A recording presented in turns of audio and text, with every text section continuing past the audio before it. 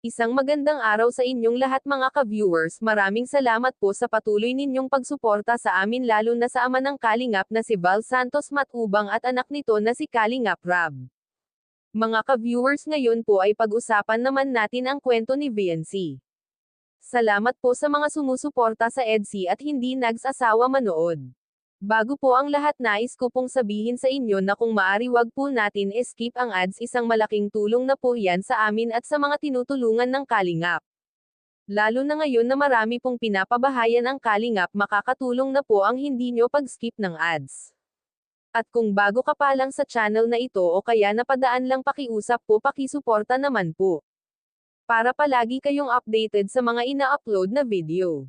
So ito na nga mga ka-viewers, Kalingap Rab at ang team Kalingap pumunta po sa bahay ni VNC para kumustahin at tingnan na rin kung ano na ang nangyayari sa bahay nila VNC. Kasi medyo matagal na rin na hindi nakapunta si Kalingap Rab sa kanila, last yung graduation ni VNC. Mga ka-viewers, na itanong nga ni Kalingap Rab kay VNC kung okay lang ba ang kanilang financial, baka nga wala na silang pang budget. At mabuti naman po kasi meron pa at talagang tinitipid nila ang pera na ibinibigay sa kanila ni Kalingap at ng mga sponsor niya. Natanong rin po ni Kalingap Rab ang tungkol sa pera ni VNC kung nakatabi ba o may account siya na sarili para sa sariling pera niya. Ang sagot naman po ni VNC, nasa nanay niya pala, doon niya pinapatago at kung may kailangan lang siya saka siya humihingi. Pero sabi ni Rab, dapat may sari siyang iniipunan katulad na lang ng bank account para sure talaga ang pera ni VNC na safe, at masaya naman po si Rab dahil napakabait ni VNC at sa nanay niya pinapatago ang kanyang pera. Napabilib naman po si Kuya Rab, at napakabait na anak si VNC mga ka-viewers.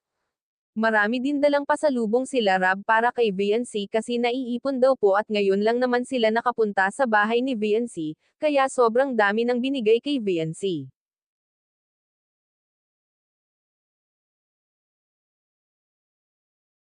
Pinili mo kay mama? Wala ka bang sa sarili mo? Parang sarili mong savings, ganun. Nahingi lang po kapag kailangan. Nahingi ka lang. Grabe, ang bait naman ng batang to. Di ba kadalasan pag ganyan, may sarili kang savings, tapos mayroon kang bibigay sa... Si mama na lang po pinapawa ko po nung ano pa. Nandiyan pala sila, ano mo. Sige na, pasukin mo na bro. Baka Nandiyan na po. Kahit ito na lang gumalaw, kay... Ano? Bait mo naman, no? Wala ka palang sariling, ano? Talagang ano na binibigay mo talaga lahat. Pero okay naman din 'yun, no? Pag kailangan lang po ko yan nahingi. Kasi ano ka pa nang naman 17. So okay pa rin yung may guidance sa magulang yung naghahawak, no? Ayan. Pero yun nga, nakakatuwa ngayon din na. And ano, anong balita sa inyo dito? Diyan na pala sila mama mo. Pasukin mo na sila tita. Pasok po kayo tita. Mga ka-viewers, maraming salamat po sa inyong panonood.